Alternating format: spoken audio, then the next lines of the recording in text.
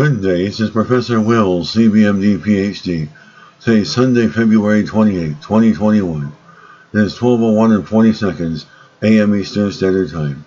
Today's research, photon escape. So let's hop to it here. Considering disorder and cooperative effects in photon escape rates from atomic gases. Date February 26, 2021. Source Springer. Summary.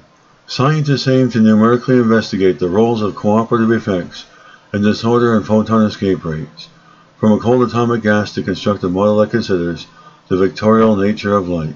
Thus, the study accounts for properties of light previously neglected. A research study focuses on light propagation in cold atomic gases, in which atoms hardly move.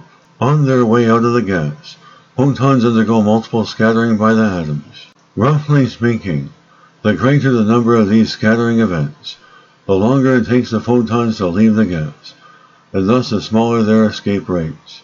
This classical description fits the so-called radiation trapping, which occurs, for example, when light undergoes a random walk in a glass of milk.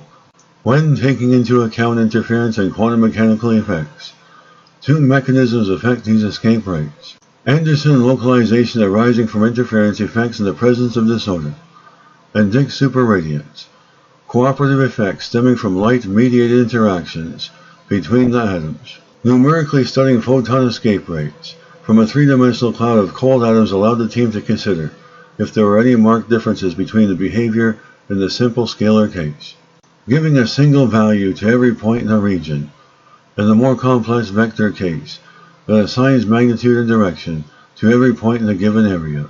One of the biggest surprises encountered by the researchers as they collected their results was how well vector field observations agreed with scalar field tests.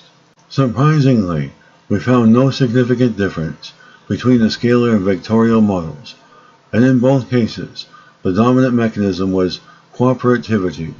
Now we know that the scalar model constitutes an excellent approximation when considering photon escape rates from atomic gases.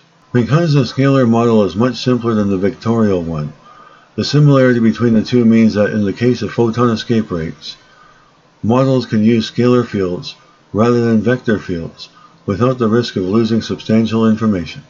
Light-matter interaction is an exciting field of research, both theoretically and experimentally.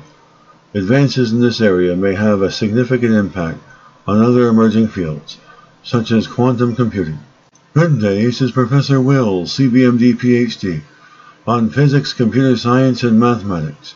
Well, hope you enjoyed listening. Until next time, have a great day.